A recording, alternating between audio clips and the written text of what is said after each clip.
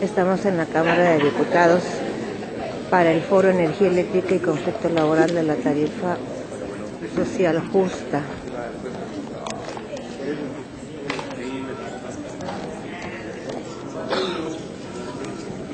Bueno, sí, buen día.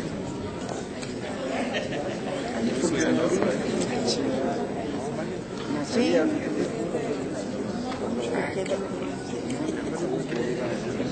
Muchas gracias. En la mañana estaba yo.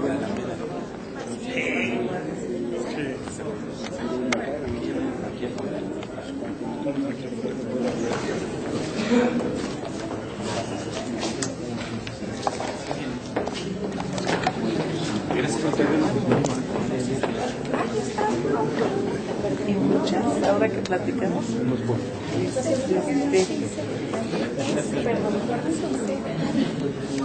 Vemos aquí, aparte de la representación de oficinistas varias presentes en este foro, y nuestros compañeros del Comité Central también presentes, como siempre.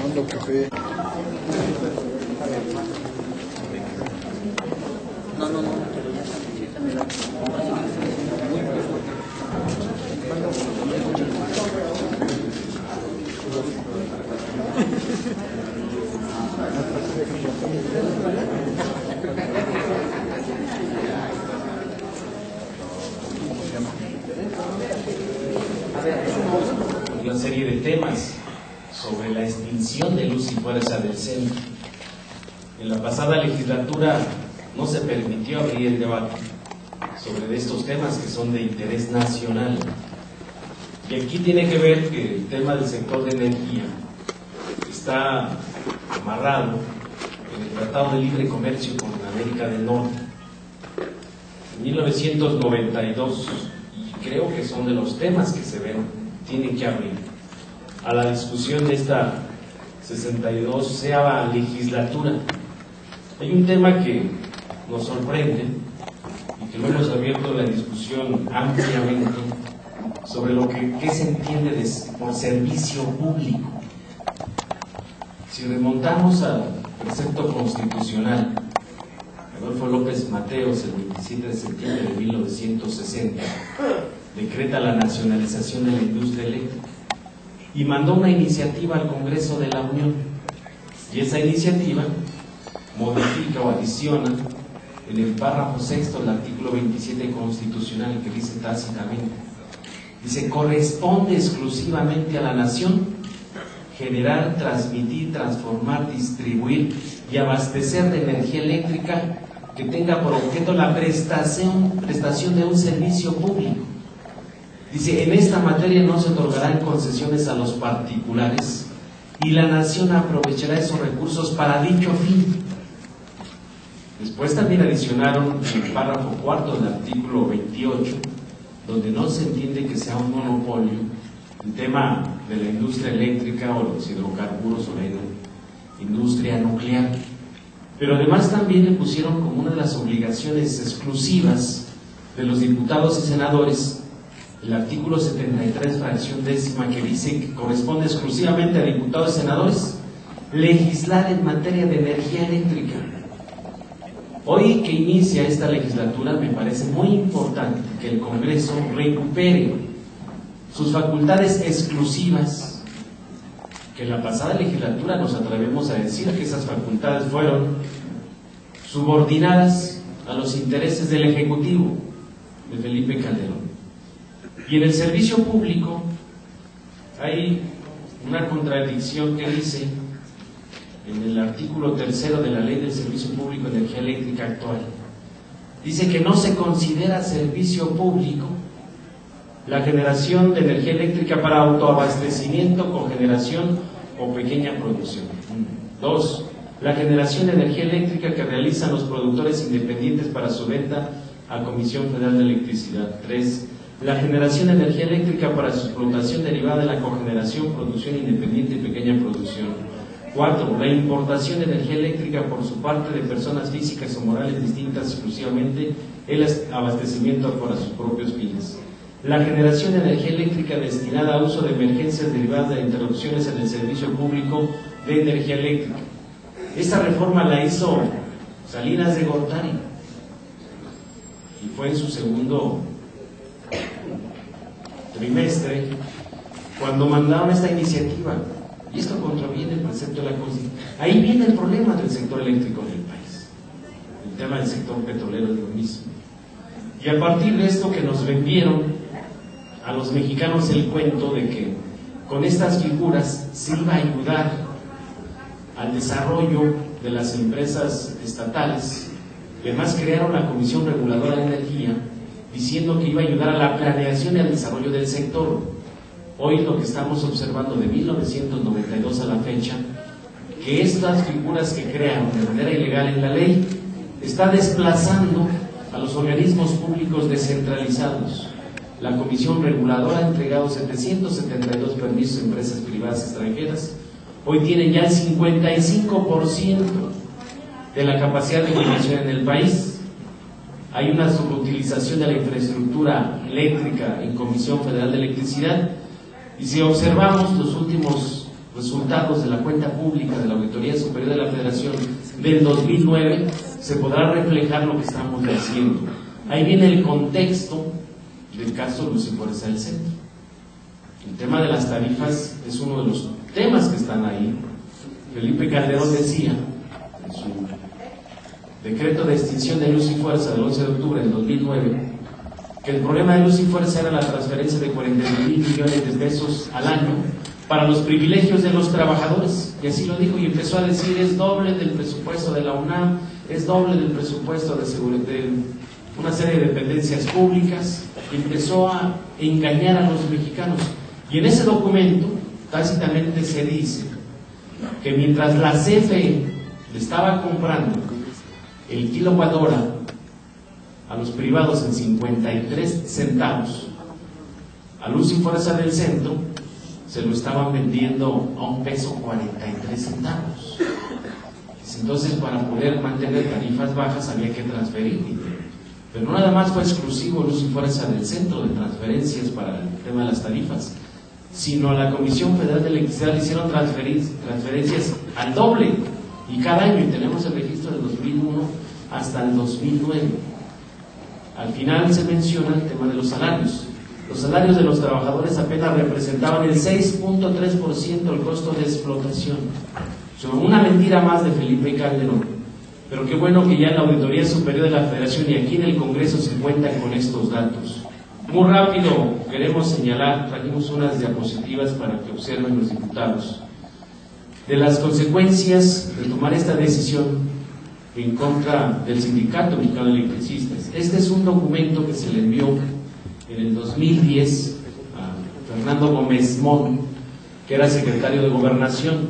Traíamos un diagnóstico de todos los problemas de las fallas en el suministro de energía eléctrica. Le decíamos: déjanos regresar a trabajar sin que podamos, incluso le decíamos, sin cobrar estos días, porque va a haber fallas terribles y la consecuencia va a ser para los usuarios. No le interesó a Fernando Gómez Mon, y vean lo que ha venido pasando en la zona central del país. ¿La que sí? ¿Sí? Este es el primer problema de fallas de bombeo de las aguas residuales, del drenaje profundo en la zona del Chalco, en toda esa zona oriente. No funcionaron el sistema de rebombeo, se represó el agua y trajo como consecuencia esta terrible inundación con miles de afectados. ¿Cuál fue el discurso del gobierno? Dice: es que llovió muchísimo, se está derritiendo toda la nieve del Popocatépetl. Pues dijeron: es el efecto del niño o de la niña. Y vean, las consecuencias las han tenido que pagar los vecinos de la zona oriente por la pésima trabajo de operación del sector eléctrico. La que sigue, esa es la misma zona del oriente. Estas son las compañías contratistas, que por cierto aquí traemos copias. Logramos sacar a través del IFAI que nos informara CFE quiénes están suministrando el suministro de energía eléctrica en la zona metropolitana. Y aquí traemos cientos de empresas contratistas, que ahí ven las imágenes en las condiciones en las que están, con las adjudicaciones directas para hacer trabajo de todo. Las que siguen. Así trabajan los contratistas de la CFE sin condiciones de seguridad y higiene, con gorras, sin equipo.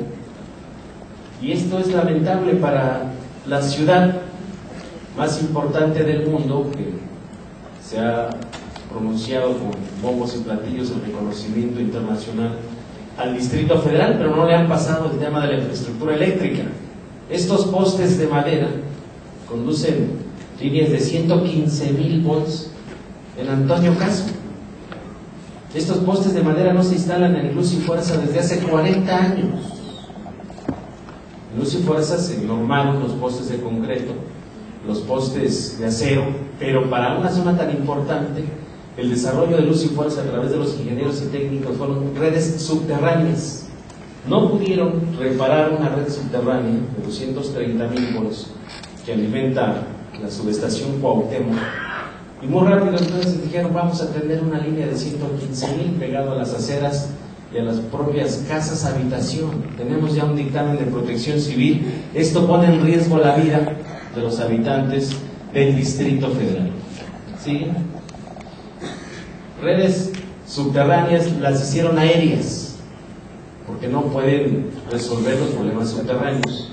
Y en este ejercicio sacaron un cable de baja tensión, lo amarran en los postes de teléfonos, tumbaron un árbol para amarrar el cable ahí, ¿la que sigue?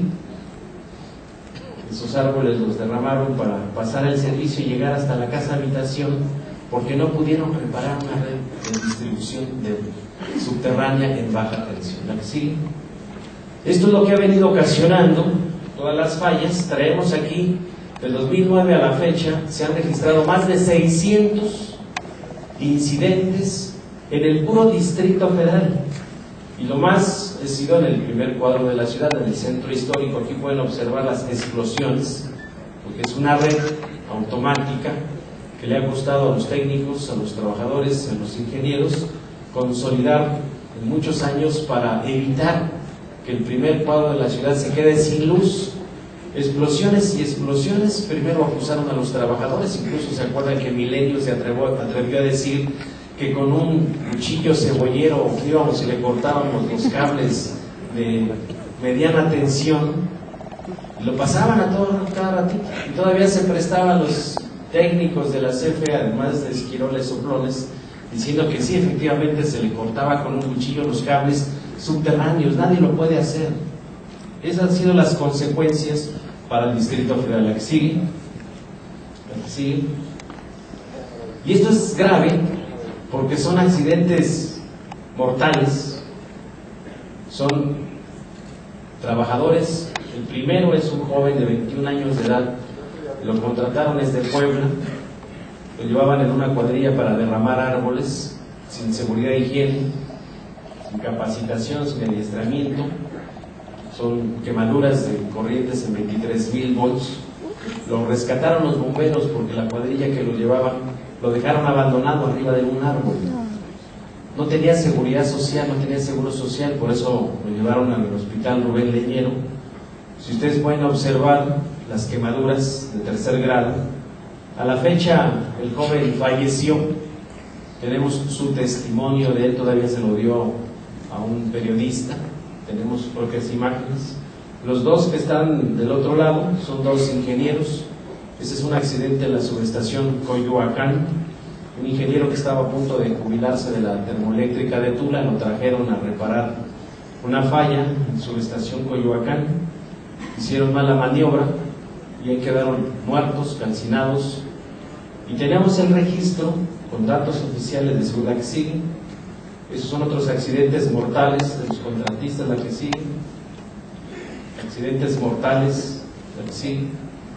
Así tienen al personal de los contratistas, que hemos detectado que las cuadrillas de contratistas no nada más traen trabajadores mexicanos del interior de la República, también traen migrantes centroamericanos sin papeles. En Toluca y en varias zonas se les ha detectado, pero como les pagan 100 pesos por trabajar 12 horas, dice, pues le entramos a la chamba. Esto en pleno siglo XXI, del presidente del empleo que dijo ser, del que se ha afanado con respetar la Constitución, las leyes y los tratados internacionales, y decir que ha llevado a rango constitucional los derechos laborales de los trabajadores. Observamos que estos accidentes mortales pues no pueden quedar impunes, son crímenes industriales. El responsable de aplicar las normas de seguridad e higiene es el titular de la Secretaría del Trabajo. ¿Quién estaba en ese momento? Javier Lozano Alarcón. ¿Quién es el responsable de la violación a los derechos laborales, a los derechos de los trabajadores, a los tratados internacionales? Me parece que es muy importante al inicio de esta legislatura que se retome la solicitud que hizo el ESME y el sindicato minero, pidiéndole a la pasada legislatura hacerle juicio político a Javier Lozano por violentar la obligación constitucional del equilibrio entre los factores de la producción y el respeto a la propia legislación. Estas víctimas no pueden hablar, por eso estamos hablando nosotros. Todavía han hecho las compañías contratistas lo que nunca ha pasado en el país con los trabajadores del ESME. Solamente en el terremoto del 85 hubo varias fallas, se quedó sin luz gran parte del Distrito Federal. En 24 horas los electricistas con jubilados trabajadores se restableció en un 80%. De ahí para acá jamás se había quedado sin luz el Aeropuerto Internacional de la Ciudad de México. Van a poder observar la imagen, la que sigue. Este es el Aeropuerto Internacional de la Ciudad de México. Se quedó sin luz. Este aeropuerto tiene un arreglo de 3 subestaciones con una red automática de transferencia para evitar que se queden sin luz. Por más de 2 horas se quedó sin luz el aeropuerto. Después salieron a explicar que unas ratas le habían roído un cable y que había tenido una falla de ese tamaño. Y entonces lo que hemos venido insistiendo es que hay miles de trabajadores con toda la experiencia que hemos obtenido a través de generaciones y generaciones para construir la zona más importante del país, la zona metropolitana. Genera el 32% del Producto Interno Bruto, y que Felipe Calderón quería arrebatarnos, lo digo quería, arrebatarnos nuestro contrato colectivo de trabajo, nuestro sindicato. Pero el pasado jueves, lo decimos de manera muy importante, la última carta de Felipe Calderón y Javier Lozano era que el colegiado del distrito en materia laboral nos negara el amparo a los electricistas de la terminación de las relaciones individuales y colectivas de trabajo. Todavía Lozano lo dijo en el Senado martes pasado, que la Junta había dado por terminadas las relaciones y que el colegiado lo iba a ratificar. El amparo salió en favor del Sindicato Mexicano de Electricistas. Se mantiene el contrato colectivo de trabajo para hacerlo valer.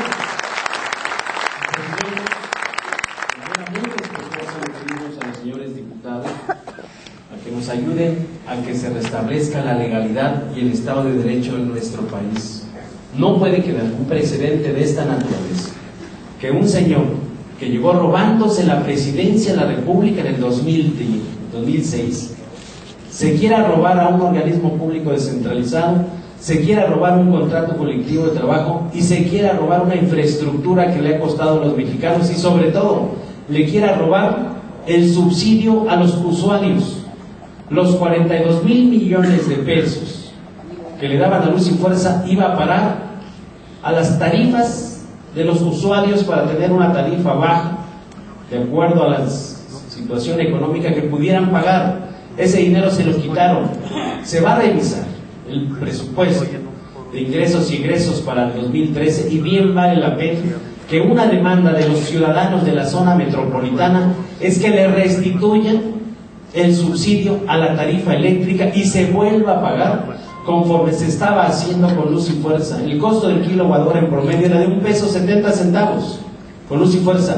Hoy tienes que pagar $3.40 a la empresa de clase mundial. Y lo más grave, que vale la pena el análisis del jurídico del Congreso, el 24 de agosto todavía Felipe Calderón hizo un decreto para modificar el reglamento de la Ley del Servicio Público de Energía Eléctrica. Pocos lo saben, pero en ese decreto quitan a las compañías que le dieron origen a Luz y Fuerza del centro, pero además a los usuarios les dicen que el suministrador, sin decir quién, le va a poder refacturar 10 años para atrás el costo de la electricidad.